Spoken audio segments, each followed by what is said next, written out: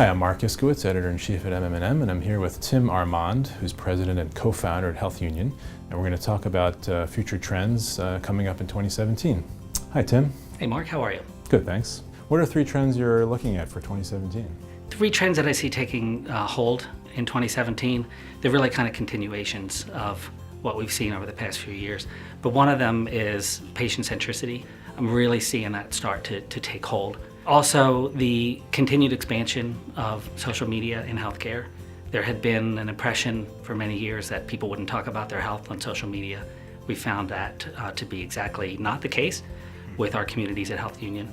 And lastly is we're seeing, and I think we'll continue to see, a higher degree of accountability and scrutiny on media spend across the industry. So a shift maybe in dollars as accountability goes up and the quest for ROI continues. And where do you see that spend potentially going? All of these things are kind of related. So the patient centricity is really tied to the more targeted therapies that are coming out and or immunotherapies that are more targeted to maybe a smaller patient population. So the effectiveness of a large-scale shoot-'em-all DTC type media approach might be waning as you're trying to find fewer and fewer people who are in turn less and less engaged with traditional media.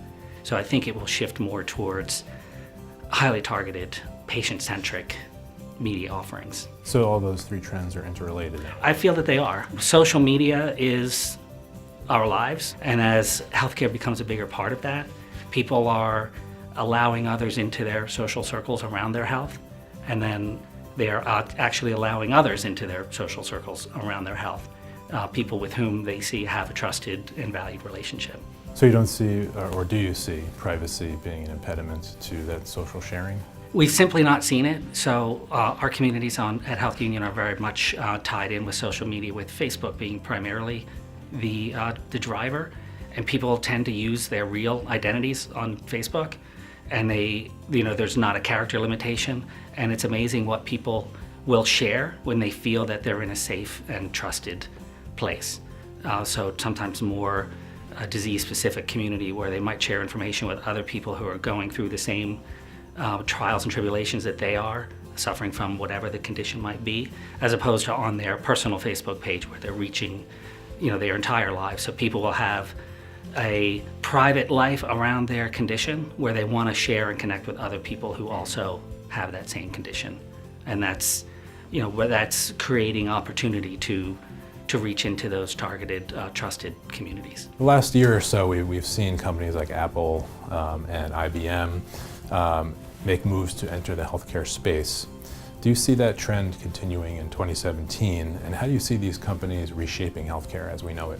I definitely think the trend will continue because there's so much opportunity. However, we believe at Health Union that technology alone is never going to be the answer, because if you're told that you have multiple sclerosis or lung cancer, everything in your life changes.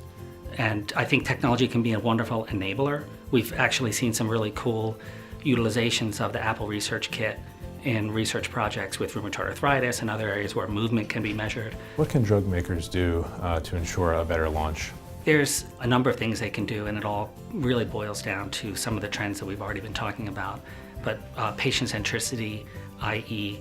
delivering drugs that provide real differential value to patients.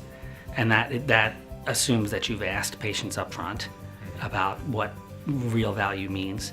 It also assumes that you've designed trials that they'll participate in and stick with to the end.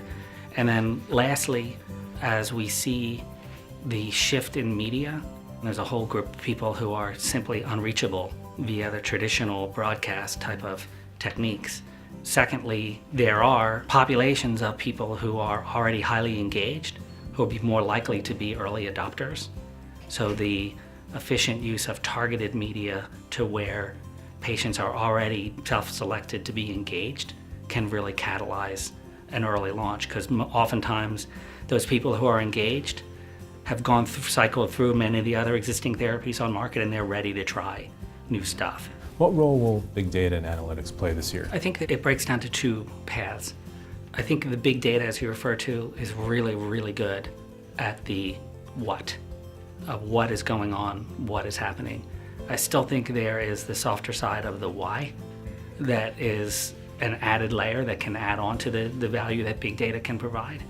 And that's where more qualitative reach and observation of people in an organic setting can really help provide and add context to the why. So I don't see it as an either or. You kind of want the what, now what, so what. And that's where I think the more observation of organic existing freestanding communities can really help clarify the so what and the now what, rather than just the what. The other thing that we've seen really changing digital media is the use of some of the components of big data to really stitch together much more robust measurement programs of digital media to really say which dollars from which digital media players are driving what prescriptions. It's been really fascinating. Thanks so much for joining us today, Tim. It's been my pleasure. Thanks for having me. Of course, thank you.